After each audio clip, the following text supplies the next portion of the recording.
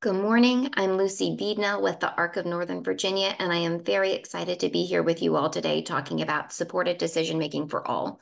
I've been at the ARC of Northern Virginia for 16 years, and in the time that I've been here, conversations have really changed significantly from the old assumption that the only option for someone with a developmental disability when they turned 18 was for a parent to be a permanent guardian, toward this idea that it's probably not true for everyone. We need to think about this a little bit differently and be as strategic and thoughtful as possible, and making sure people with disabilities have all the supports they need to understand and make and implement their life choices. So I'm excited to be talking about that today. This supported decision-making topic has been a big part of our work for probably about a decade, but now close to 5 years ago, we dived really deeply into this with an attorney partner and some grant partners, and this presentation came out of that grant. Today, I'll talk a little bit about what supported decision making is and some examples of how that could look, why it would make sense to explore this option. We'll talk through some of the what ifs that as parents tend to come up as we explore this choice. And then we'll talk a little bit about how someone could really implement and start using supported decision making, as well as some examples of other folks who are. And I'll end with supported decision making resources, some of my favorite go-tos for really putting this option into place for your family. At its basic, supported decision making just means having help or support to understand and make your choices. And in every culture around the world, this is part of life. So it's very rare that I talk to someone who says they, oh, I don't know, changed jobs or selected a college or got married.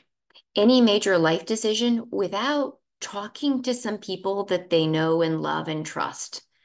They got some support to understand and make that choice, right? This is part of what all of us do. Some people need more support and more sounding boards, so they may do this more frequently and with more helpers than others. Some people do it less. This can be informal, like most of us do, when we call or text friends or family and say, oh, I'm thinking about this. What do you think? Do you know anybody who's done this? Can someone give me some advice? Or it can be more formalized, and we'll talk more about that option today, where we have a real plan for how and when and why we do this down on paper to help us work through it routinely and kind of systematically, making sure that we're always checking all those boxes and getting things done as well as possible. Something that I talk about a tremendous amount is how supported decision making can change someone's capacity. And by that, I mean when we get support from people we know and trust to understand and make our choices, the amount that we can understand and do grows exponentially. I, for example, love math. I'm pretty good with numbers. I pay all of our bills, I manage our family's budget, but if you put me in a room with nothing and told me to come up with a spending plan for our whole family for a year, I would really struggle. I use tools like talking to a financial planner, talking to our office's retirement agency, making spreadsheets. I use calculators. I talk to my dad, who has always been a low income earner, but was really good at saving money, and get tips and advice from him. I talk to mom friends about how they budget and make things work for families in Northern Virginia, which is such an expensive area. That's me getting supports, and that increases my capacity, as opposed to me having to do this alone with no tools. I have electronic tools and human tools. I have friends and paid professionals who are all weighing in to help me understand and make these choices. And like most people, I then say, okay, well, I got some advice and we chose a retirement investment plan for my retirement plan with the ARC of Northern Virginia. And I sort of trust them to do that. I look at the statements and I check in, but I trust those supporters, those peoples, to do a lot of those parts for me. And then I work with them.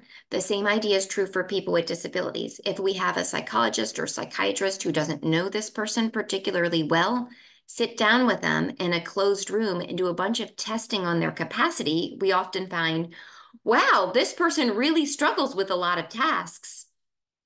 I would say we all would. But if instead we surround that person with a disability by people who know them, people who communicate well with them, people who know how they learn, who can adapt the information we're sharing, who can best understand how they communicate back out, we find that this person has a much, much, much greater capacity to control their own life and get help to control their own life. And that's our goal, right? To maximize the capacity that anybody has and make sure they get the help they need to steer their own life. That's incredibly important to all of us. And in many ways, that's how we define adulthood, right? Though adulting is difficult and sometimes painful, it means we get to control our own life. And that's a huge part about how we define ourselves. And we don't ever want to take that away from someone if there's any other option. So I talk a lot about the spectrum of supported decision-making supports. So if we start on the left side of our screen, if we talk about someone like myself who maybe has some low to moderate support needs or no official diagnoses, maybe lots of folks fall in that category, we still all get help to understand or make our choices, like I talked about, right? We're not going to buy a brand new car or take out a loan without maybe looking over our budget, talking to a loan officer, talking to someone else who's bought a car, right? We are getting support to make those choices. The overwhelming number of people with developmental disabilities fall into what I'll call kind of a middle category here, where we may need a little help or we may need a lot of help.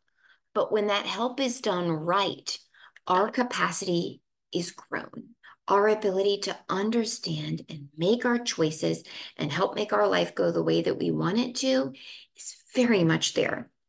And then there's a number of people who really, I feel like in 2024, technology has perhaps failed us, right? We're not at a point where we are consistently able, no matter how we adapt information, no matter how long we give, no matter who does it, to get information into this person with a disability in a way that makes us feel confident we know they're understanding, and to get information back out in a way that makes us feel confident we know what their preference is.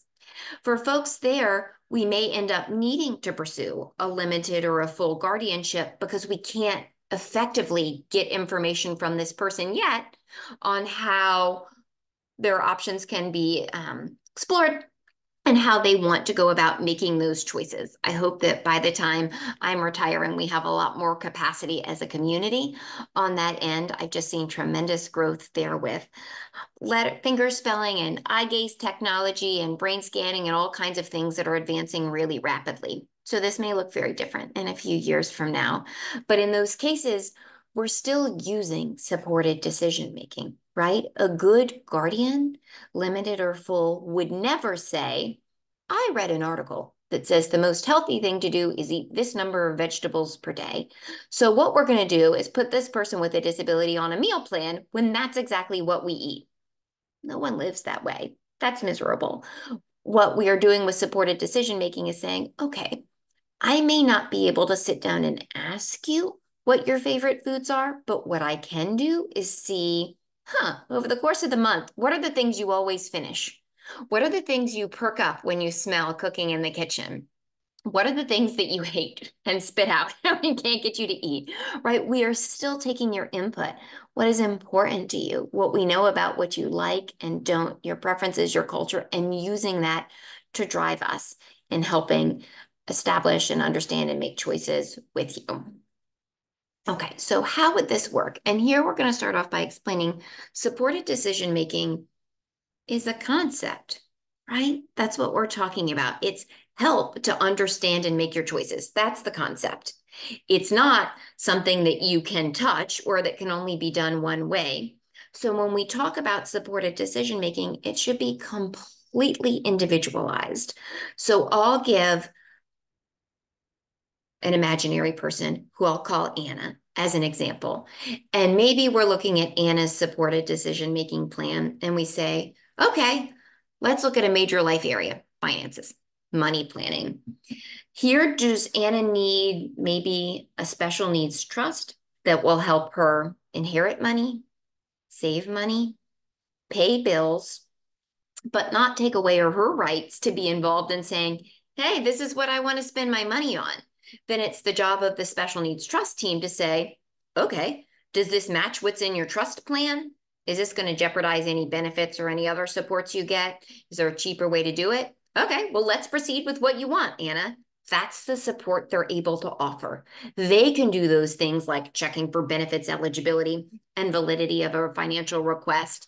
Instead of Anna having to do that, Anna still has a lot of control over her own money. And maybe the same with Social Security benefits. Maybe we say paying those day-to-day bills, rent, program fees, Anna's regular transportation costs, those kinds of things.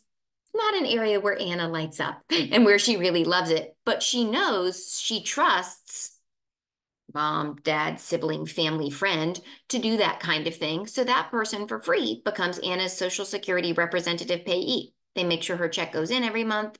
They pay her bills every month. And every month they sit down with her and say, hey, Anna, just a quick check-in to let you know I did pay your rent. We do have money set aside for groceries. Everything's going well. In this case, there's no guardianship or other higher level supports involved. We have crafted supports around Anna. Where she needs supports, we found ways to offer them, and people are still working with her to make sure she has maximum independence here. Let's look at the medical part of Anna's life. Maybe here, Anna really needs someone to do things with her, to go to the doctor with her, to look at test results with her, to communicate her medical needs and history with the doctor and medical team, to any kind of things, right? Consent to a surgery. Then maybe we say on the medical side, does it make sense for us to have a medical power of attorney? I talk about attorneys or powers of attorney a lot is due with documents, right? I'm not doing this for you. I'm not taking this away from you. But if you want someone to be in the room and to be just as much a part of understanding what the doctor's saying, being able to see your medical records, being able to help consent to things, help get things set up, maybe we have a power of attorney. And maybe it's a friend or a family member who has a medical background, or maybe it's just a parent. And by just a parent, I mean someone who doesn't have specialized medical training, but someone who knows Anna and her medical history really well and is willing to go to those medical appointments. And then maybe on top of that, we adapt things. Anna needs a chart of the human body. So when we go to the doctor's office, instead of having to remember all of the things about anatomy and how we're feeling, we can write out our notes ahead of time and point on that chart of the human body when we're in that meeting as we talk about parts of the body, right? This is where our food goes in. This is where our food's processed. This is where our food's absorbed. This is where our food goes out, as an example. So in Anna's supported decision-making plan, we say, yeah, Anna needs financial supports. That's handled with a special needs trust and a representative payee. Anna needs medical supports. That's handled with a power of attorney and using adaptive tools like a chart of the body. And maybe Anna's still in school or is pursuing an associate's degree or a bachelor's degree or any kind of continued learning. And then maybe we say, okay, the supports we need there are a special education power of attorney so that friends or family or whoever Anna chooses can still go with her, can help her navigate that whole process. But we're also going to ask that she's still in school, that IEP be sent home for us to review before the meeting so that we can take as long as we need to talk about those draft goals, to see if Anna thinks they're working or not, to come up with feedback and suggestions. And if the most Anna can do is talk about this for 20 minutes at a time, we'll talk about it for 20 minutes a day until we're ready for that IEP meeting, right? That's how supported decision-making can look as an example. The concept is we're getting support with things and we'll take each area of life and match make. This is the kind of support you need. This is the right tool. This is the right helper. So on our website, we have this document called 100 Ways to Use Supported Decision-Making. It looks at 9 life areas, including those we just talked about: education, finances, medical needs, and others. Housing, relationships, transportation, contracts, all kinds of things, and gives many, many, many examples of the kinds of ways in that area of life you could get help. Lots of times, like I said, powers of attorney are helpful. Sometimes it's something as simple as a HIPAA release or a consent to exchange information. You can say, yeah, I'm going to need help understanding this lease, this contract. I just want my friend, family, parent, whoever, to be able to do this with me. I'm giving you permission to exchange information with them so we can work as a team to sort through this, right? If we talk about relationships, it can be making sure that we have an adapted sex ed teacher or counselor who teaches classes or works directly with someone to help them understand what a healthy relationship would look like and how to navigate those things. And I can say from a lot of experience, these classes are tremendously valuable for the DD community, where as parents, it's never fun to have these conversations with our teen and growing adult children. But having someone who does this all day, every day, and can work developmentally appropriately through the awkward parts, the parts that may be difficult to understand, can be a safe space for asking questions, can be incredibly valuable. And maybe it's other kinds of relationships. It's social skills classes, right? It's a peer mentor. It's other kinds of ways that we get help to navigate this world of social and relationship life. I'm happy to send a link out to this document, but it is just meant to spark some ideas in your brain to say, again, supported decision making is a concept. The way that you implement it will be based upon that person in every area of life. What do they need? Who's going to help them and how? There are endless amounts of tools that we can use to make this work for someone. It's a good and a bad thing that supported decision making isn't a standard tool or toolkit, right? Wouldn't that be easy? But it would not be person-centered and adaptive and meet all the individual needs of someone. We talk a lot in our world about how the developmental disability community often has splinter skills. Maybe someone can do some things really, really well, and in those areas, they need very limited supports, the same as the rest of us. I just want a sounding board sometimes, someone to run ideas off of, someone who understands how I communicate. And maybe in other areas, we have really high needs. My brain is great at understanding social stuff, but terrible at understanding money stuff. That's where I want the heavy duty help, right? And this is where plenty of people with or without disabilities get lots of help, right? We have those investment managers or people who give us ideas and advice who walk us through things. We have auto pay on our bills because we used to forget to pay them and mail the checks off, those kinds of things. All right. Why would we go this route? Because if you're hearing all this, you may be thinking, ooh, I'm scared, or this seems overwhelming, or what if the person's not protected? Let's talk through some of that.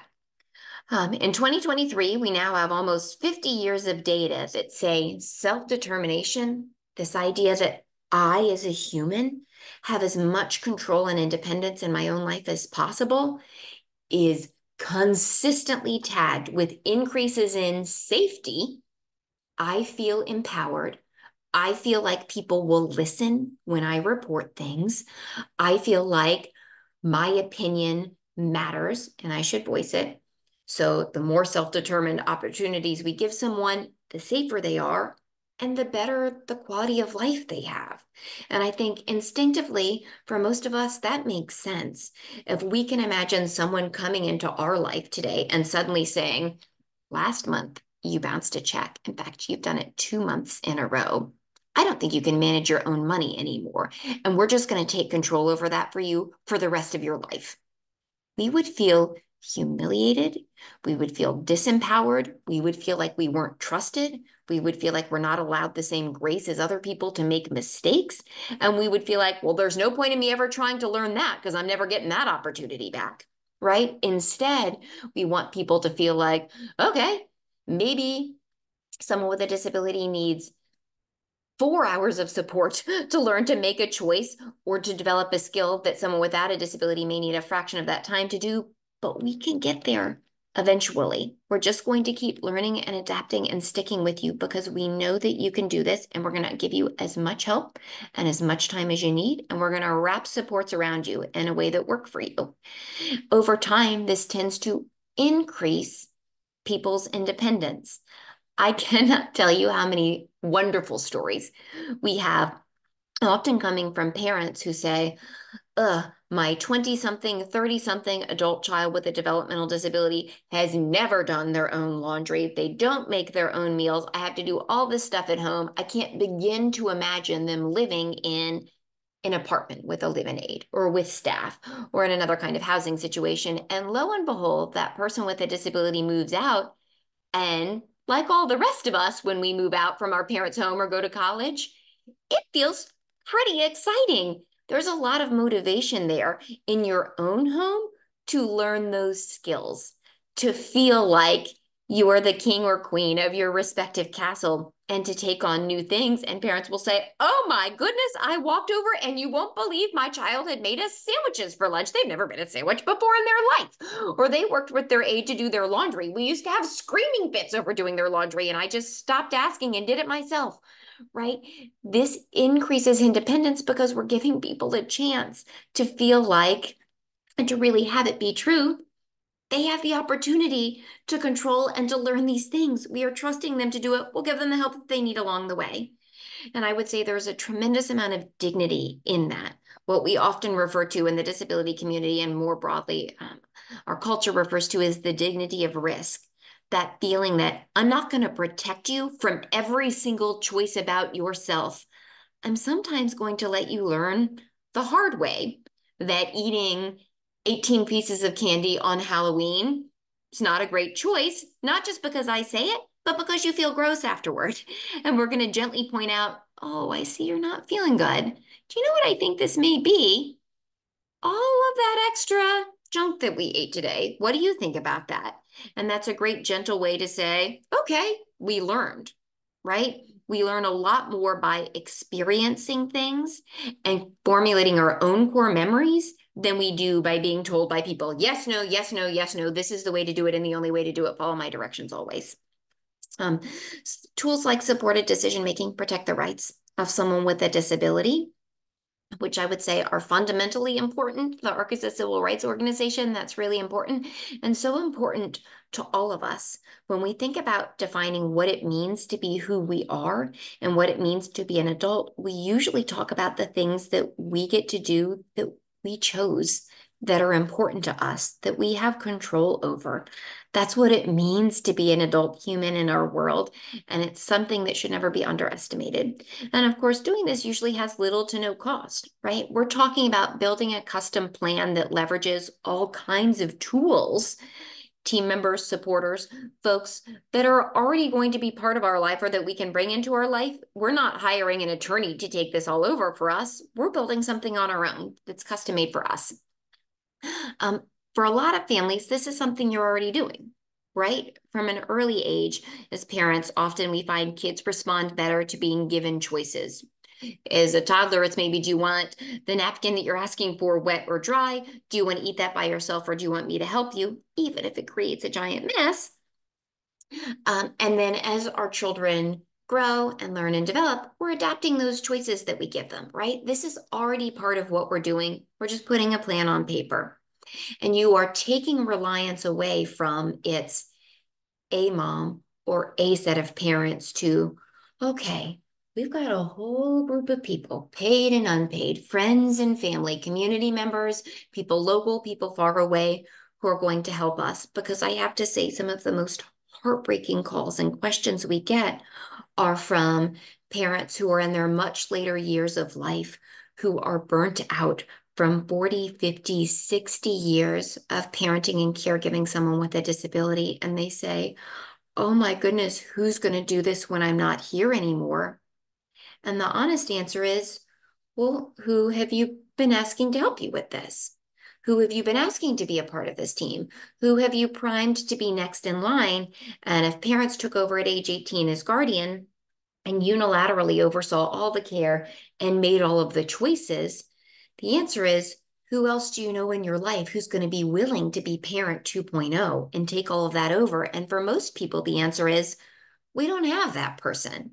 Instead, we're going to need to diversify what we need to bring out a team who has various skill sets. So instead of asking one person to do it all, we're asking lots of people to do a little in their area of expertise. And I just want to be really clear in saying Virginia law is strongly in favor of supported decision-making. The Virginia waiver system has a whole staff member who works for the state on supported decision-making, strongly in favor. The National Guardianship Association is over and above and saying, really never consider guardianship or something that restrictive unless you have explored and exhausted all other options because the consequences are serious. Okay, so as a parent, I feel like this gets us to, but something bad could happen. And the attorney who we worked with on this grant initially was a hoot and was so good at reminding people, Guardianship is a piece of paper. What it is not is a suit of armor that will go out and protect your child or undo things, or a chastity belt that will prevent your child from making questionable choices, right? It is a piece of paper that means someone other than the person with a disability ultimately has the right to make decisions. It is not a wrestler that will bear hug your child and make them comply with whatever choices the guardian makes. So what we know is there's never been a study that showed guardianship in and on itself made someone safer. It's not really a level of protection. It's a level of ability for someone to sign and give consent, whereas supported decision-making instead builds someone with a disability's capacity, builds their team, builds the number of eyes and ears and hands on deck to help this person through life. And that's one of the very best things we can do to give people long-term safety and stability and protection. And we do know, like we talked about a little bit today, we learn more and tend to better be able to make good decisions in the future by virtue of having made some bad decisions in the past, right? Who hasn't gone off to college and gotten their first credit card and spent too much, or gone to their first party and drank too much, or their first 50 parties, or had some bad relationships. And those experiences shape us going forward. They teach us that felt miserable. Sometimes we need friends or family to point out that connection. Sometimes we need a therapist. Sometimes we need a whole support team. But ultimately, our goal as adults is to realize these things are good for me. These things aren't. I'm going to pursue the things that are good and learn from my experiences to stop doing the things that are bad. And that really is what supported decision making is about, while layering in lots of extra supporters along the way to help people with disabilities understand and make those choices and learn from them. Okay, so how would we get started? Again, this is a concept, so you can get started in the way that it makes sense for you. Most families get started by just sitting down and talking through it. How many things does this person with a disability need support with? Is it all life decisions? Is it some? Where are they strongest? And how much support do they need? Someone to do it with them, someone to bounce ideas off of, someone who can be on a Skype call, someone who needs to be in person, right? Let's start thinking through all those things. And then we'll talk about some tools on paper that can help guide you through that. Next, kind of explore options. Okay, so we have a sense of this is where we're strong, this is where we have more challenges. And then we go on to saying, how does supported decision making wrap around this? And that's things like going to webinars like this. We have a massive supported decision making library online where you can see many examples of the tools that people chose for themselves to set up and get a sense of, oh, okay, here's how we start to make our plan. And the next step is, so who helps us do this? If we see that maybe parents are younger and healthier and willing to help with a lot of things and they have a great relationship with the adult with the disability, super. But who else is on the team? Right? There's no parent who's great because there's no human who's great at everything. All life areas talking about and understanding and doing all the things. If there's an area where parents or friends or family aren't strong, who else are we going to get? Is it a paid sex and relationship coach? Or is it a peer mentor who has really good relationship skills and is great at helping with that, right? Who are all these people? Now that we know what we need, how do we fill out that team? And then next, get it on paper. Your supported decision-making plan itself is something you'd want to get on paper. And we have a lot of templates that we can share for how you do that. This is who I want to help me, when, and how. Those sorts of things that'll prompt you through it. But also, that supported decision-making agreement is your ideas on paper, and it's going to direct you to, on money, I need a representative payee and a special needs trust or enable account. On education, I need a power of attorney and a consent to exchange form, whatever that looks like, right? Your supported decision-making agreement is going to say, here's all the other specific sub-tools, if you will, that we're going to use to support this agreement. The supported decision-making plan tells us all we're going to do, and then we're going to pull out, oh, and it refers to this document, and it refers to that document, right? Just like if you, as someone who is planning for your estate, you'd have a will, much like your supported decision-making plan, right? This is your big idea. And then it directs people to other things. And go look at my pension documents, and go look at our house deed, and go look at this list of who I want to get these items that are in the house, right? We've got our plan and it directs us to all these other little tools that were needed. And then you're going to work it. When we have to make our next doctor's appointment, we'd start by looking at this plan saying, okay, who is it who I said I wanted to help me make this appointment? Go to this appointment. Ask the doctor the right questions. Understand my choices. Pick up my prescriptions. Follow through with doctor's orders. Those kinds of things. And did it work? Was it comfortable? And if not, how do we adjust it? I need more support. I need less support. I don't want the person in the room with me. I want to debrief with them after. Or I want them to help me write up questions in advance because I get nervous in front of the doctor and I forget the things that I want to ask about, right? All those kinds of things. And just like anything else, this is a skill. Working with supported decision making is a skill set. And the more you do it, the easier it gets. Much like parenting, there's always going to be curveballs and other kinds of things to anticipate or to think about. But we're getting used to the idea, okay, these are the people I go to help me. We get comfortable talking with each other. We get comfortable working together. And maybe when something new comes up, they celebrate with me or they help me problem solve or they say, I don't have expertise here, but I know who does, right? And we bring in a new team member. This should be flexible. There are some tools that I want to talk us through that are linked in the resource at the end of this, but I want to draw attention to these in particular because I think they're really helpful for getting this going. One is an article called Setting the Wheels in Motion, and it's written by a mom of 3 adults with developmental disabilities. Her name is Suzanne Francisco. Her adult children with developmental disabilities all had very different needs and strengths. And it's a couple of pages of article about her journey as a parent, figuring out that this map to supports for them was what she was going to pursue. It was the best fit for all of them. And in the back are worksheets that she created for herself and her family to get those ideas down. I think it's a wonderful parent to parent perspective. And I think it also is such a nice functional tool because it has those worksheets at the end. Some people really enjoy that. To be clear, there's no specific form you have to use. So we had people who worked really closely on this who literally wrote ideas on napkins or were spreadsheet thinkers or paper jotters and kind of got their ideas down on paper that way. That's okay. We're just trying to start somewhere. And I have yet to meet a single person who realized how big their team was already before they started writing it down. Feel like the nature of being a parent of someone with a developmental disability is you feel like you're carrying a lot alone because in so many ways you are, and it is overwhelming. But when we sit down and start to think about all the people who maybe help us or know our loved one in little ways or big ways, we start to realize we have a deeper bench than maybe we thought we did. And maybe these people are exactly the kind of people who are going to help us move things forward going ahead.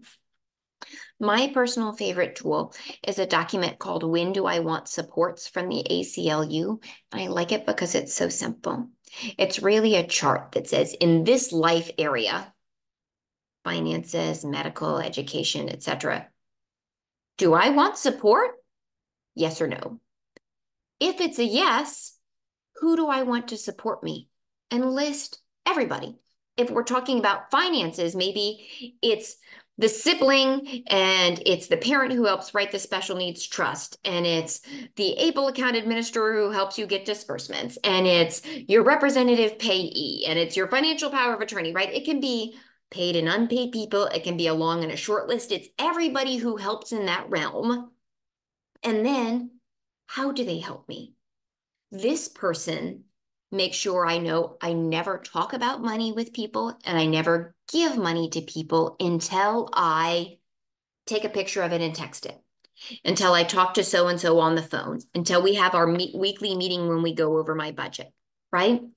The idea of teaching people, anyone, especially someone with a developmental disability, how to avoid every possible scam out there is a daunting task, right? This is why typically developing adults and very smart people who are really savvy at picking out scams can still be tricked sometimes. But a line like, we never talk about money and we never give money unless so-and-so is with us. We've talked to XYZ person. They pay the bill for us. They've signed off with us. That's a much easier line to draw. And maybe that's what the document says. This person is always willing to answer my quick text if someone on the street asks for money or if I get a bill in the mail, right? This is the person who always helps me with that. And then kind of what tools do I need? Is it a special needs trust agreement? Is it a power of attorney, et cetera? So that when do I want supports document is fairly simple. In this life area, do I need support? Who helps me and how? It's not a narrative document. It really is a chart, so you end up with a lot of bullet points. But I think it's such an easy way to quickly get ideas on paper and get a sense of how big your team is. I've mentioned this a few times, but I think it's important to have a balance of paid and unpaid supporters. Unpaid supporters are usually family, friends, or old teachers, neighbors we have great relationships with, our siblings, or whoever. Paid supporters are often folks like, do you have a paid advocate in your life? Is there a doctor or a nurse practitioner in your life who is really very good about adapting things for you? Do you have a financial planner or a special needs trust or an ABLE account team who helps you with things? Do you have any other kind of paid supporter in your life who can help you with some piece of things? Great. They're there and they're paid because they're experts in this area. We can always go to them to get advice and help, right? When working on supported decision making, just as a quick fun kind of background story, we had 10 people that we worked with really closely for a year and a half, all of whom were interested in the idea of supported decision making, but none of whom would really put it in place. And of this group of 10, we had people ranging from 18 till their mid 40s, male and female, half of whom had some form of guardians going in, half of whom did not. And so we sat down with each person and filled out these things. What tool do you like? Do you like this article? Do you want to start straight with a supported decision-making agreement draft? Do you like this when do I want supports idea? Do you want to bring your napkin and we'll take ideas off that? Whatever it is, and we'll type it all up together. And then we'll see what makes sense for your team. Do you want to keep things separate and you only talk to your money people every week in a budget meeting check-in? Or are you a social butterfly and every month or every quarter you want to have a FaceTime or a Zoom or a whatever with everybody on your team so you're all talking and sharing together? And so we worked with people over the course of this year and a half to see, did it work? How did you feel at the end? And I'll say, as a universal, people with developmental disabilities in this group felt empowered. They said over and over again how they felt heard, how they felt positive, optimistic. They were more in control of their life. They were understanding more what was expected of them. And parents talked over and over again about how relieved they were, how surprised they were that their children had opinions and preferences on things that as a parent, they'd gotten so used to just signing off on or choosing on their own, right? Oh, I'll just sign this regular form that we're used to. Yep, I'll just do this. I know that this is what they want. And sometimes it wasn't what they wanted. Everyone was acting in good faith, but we learned a whole lot. We worked a lot with people on if there's something that we want, a dream of ours, a place to live, a job, a relationship, a lifestyle. Hold on just one second.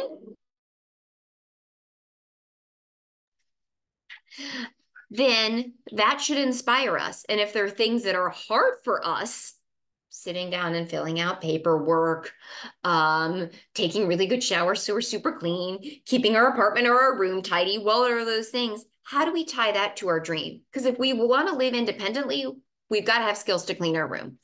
Or if we want to have a job, we have to smell nice.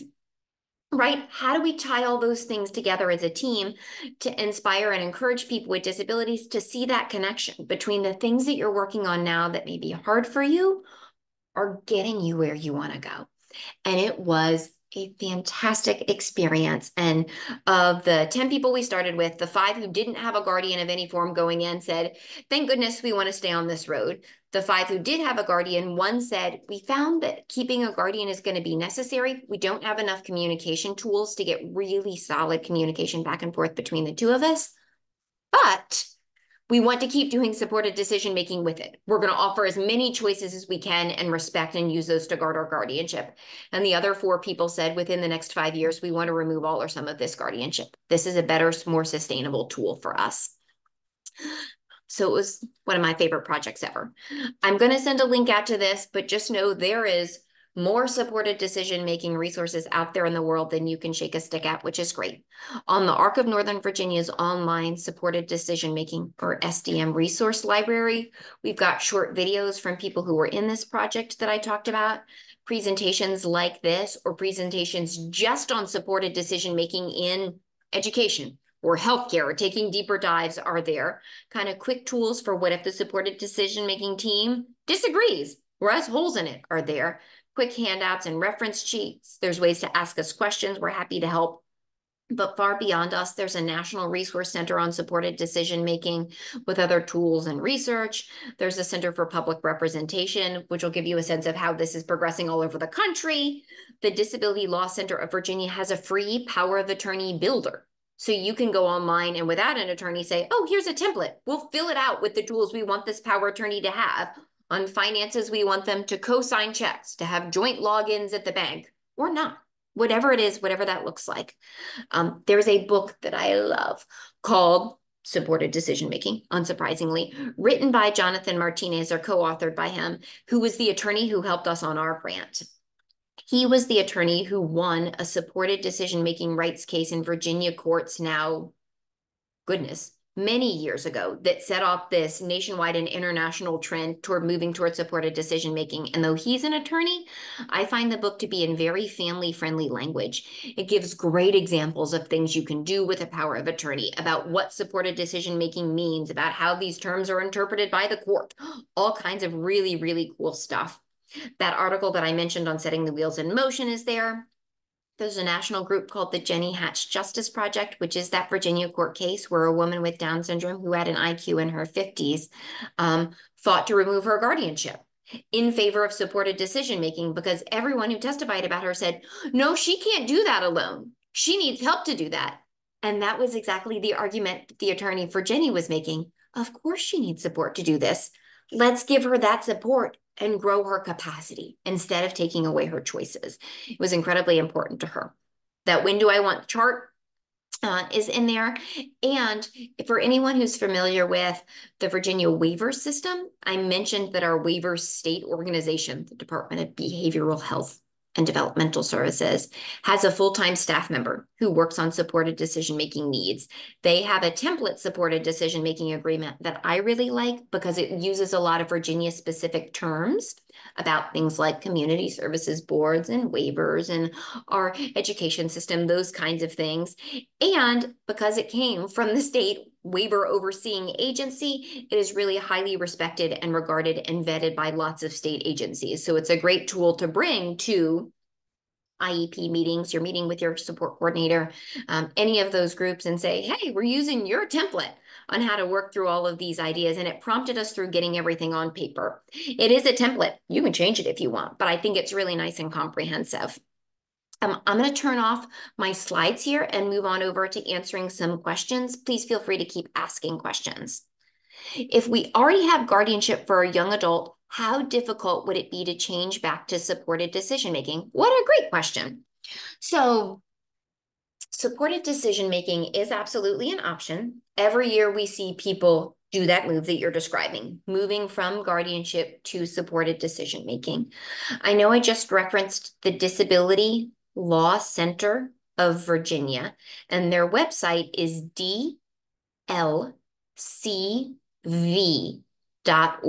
the acronym for Disability Law Center Virginia.org. They have attorneys on staff who work full-time if the person with the disability is reaching out to say, hey, I'd like to explore removing my guardian. Sometimes they're able to take those cases free of charge. Otherwise, you can hire an attorney to do it. And the case that your attorney will make is to say, hey, we put this guardianship in place thinking it was what we needed, but for the last 4 months, 6 months, year, we've kind of been operating under this supported decision-making model. We built out this whole team and it's working. We have grown the capacity of this person with a disability, and we're here to show you this is a better fit. It's more sustainable and keeps them safer. And so you would present evidence like that, which would be fairly simple, to your attorney, the same kinds of attorneys that you hired. You could use the same exact one. If you hired someone to put the guardianship in place, that would say, oh, you can talk me through an example of how this person got through their IEP, their waiver service plan, their lease, their whatever with the members of this team. You can tell me how this is working. You can show me your supported decision-making agreement. Great. I'll write this up for the court. We'll go before the judge.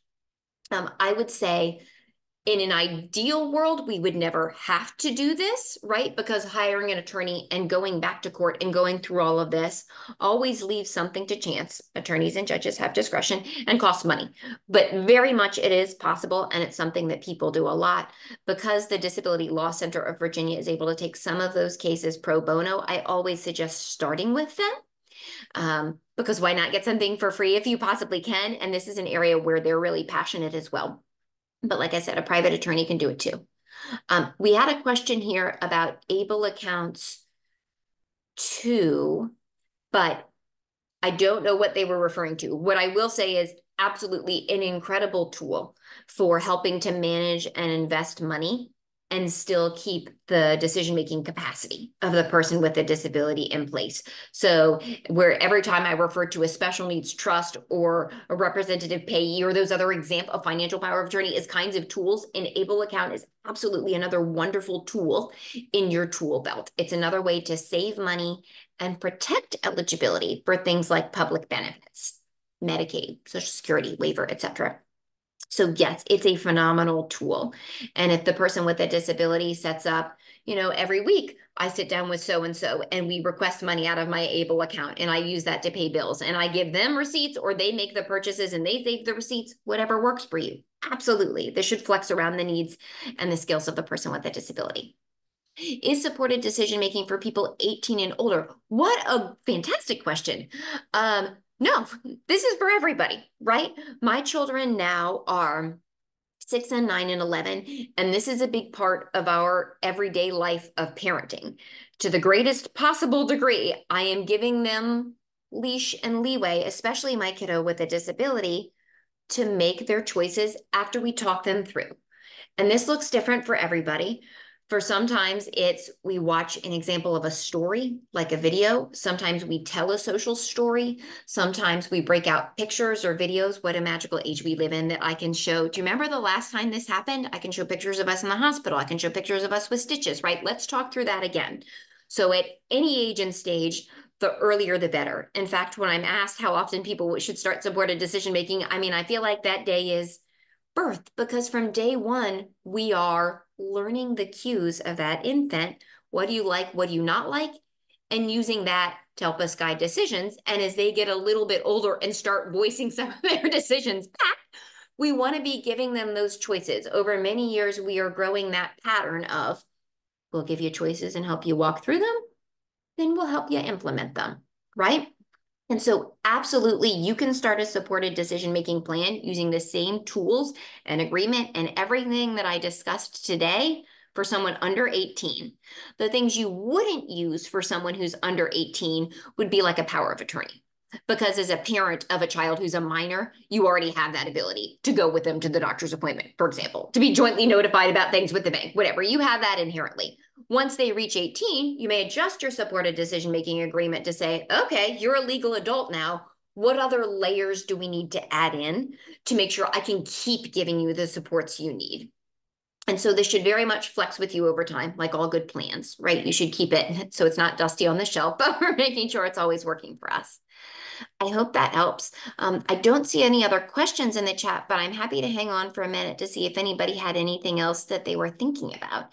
And if you're watching this presentation later on the Arc of Northern Virginia's YouTube channel, you can always go to the arcofnova.org. And if you toggle to the upper right hand of the screen, there's a little orange and yellow rectangle that says, I need help. And if you put a question there, I can direct you to the supported decision-making library. I can answer your questions. I can send you emails and resources and get you copies of slides from this. Or if you are having trouble saying, like, we started doing this and we've hit this roadblock, what do we do? There's really not anything you can't ask us. If I don't feel like I can answer it, I'll do my best to get you to someone who can. So there's no bad questions. Do I have recommendations for local attorneys to start the POA process? Yes, and I can send these out in the follow-up, but if you want to skip ahead or you're watching this on recording, if you go to the arcofnova.org, you know what? I'm going to bring it up. Let me put it right here so that we can all look at it together. Give me just a second. Okay, so here we are on our website. And if you go to resources, one of the three options there is resource library. So that's what you'd want to check. And then we'll scroll down. This is an alphabetical menu of all the topics in that library. So you'd go to guardianship, supported decision-making, and legal authority. Click, and it takes us right there. Your choices there are this quick document, understanding and making choices with supports, which I would describe as a 2-page version of what we have been talking about here. Levels of guardianship, alternatives, why we would pursue them, those kinds of things. And at the bottom of that 2-page document are some attorney options. I usually try and put 2 or 3 attorneys on things as options for people to explore. Goodness, there are certainly more attorneys than that in the Northern Virginia area who are great on this. So if you need other options, always feel free to reach out. This document looks like the 2021 version. When I send out a follow-up from this webinar, I'll share the document that I updated just last month, which has some more updated links, but this is still pretty helpful. The new one is going on the website soon. Also in this same section, you can jump to the supported decision-making library that I referred to.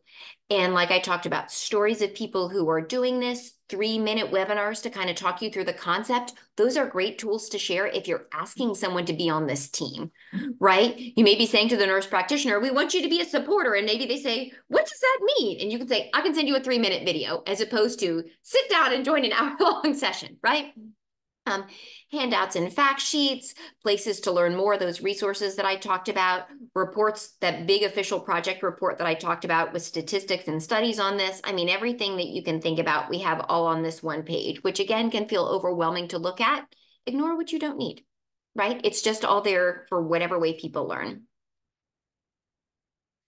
Okay, thank you for doing that. Yes. Oh, Spanish-speaking attorneys. There's only one attorney that I know of in the Northern Virginia area who is herself Spanish-speaking and works on this area of law called elder law that covers powers of attorney and those kinds of things. Her name is Julia Ovando. Julia is her first name. Ovando, Ovando is her last name. We've had good reviews from her, and she's always been really responsive to our team. You can work as a Spanish speaker or any language speaker with any attorney, but unless they happen to speak that language themselves or have a staff member they can pull in who's fluent in that language, then you usually end up paying for an interpreter, right? And the cost of an interpreter plus the hourly cost of attorneys really adds up quickly. And as someone who's always on a tight budget, I try and be really mindful of things like that. If you felt comfortable, let's say your first language was Spanish, but you had an adult child who was equally fluent in English and Spanish, and you felt comfortable bringing them, you can do that as an option. But Julia Ovando is the only Northern Virginia attorney I know who is a Spanish-speaking attorney herself who works in this field. We do have a presentation very similar to this recorded in Spanish, and that handout that I just showed in English about kind of guardianship, attorneys, supported decision-making also exists in Spanish. So if you need that, feel free to reach out to me. It'll be on our YouTube channel and our online library, the same places that we looked at. But if you want a direct link to it, please, by all means, let me know. And if there's ever anything you need, I hope that you'll reach out to the ARC of Northern Virginia. I wanted to thank you all so much for joining us today. I always love this. Is a disability trust part of a family trust or separate? So a special needs trust is all capital, capital S, capital N, capital T. It's a very particular kind of trust agreement that is only written when the person who's going to benefit from that money is someone with a developmental disability. So it would be different than a regular family trust If grandparents left money in trust to various kids, if the family's whole estate or assets are held in a trust, it's different. They are written differently. They have different rules and different kinds of administration. So if you have a family trust, just know that what you need in specific, if you're looking for that, is a special needs trust. The Arc of Northern Virginia runs one, or you could also go through an attorney or a bank if you wanted to pay them to set one up for you. So there are options on that front. And Able Now is the organization in Virginia that runs Able accounts. So those are both ways to save without jeopardizing benefits eligibility. Thank you for that question. All right, I really appreciated the time with you all today. I look forward to hearing from you in the future, and have a great day.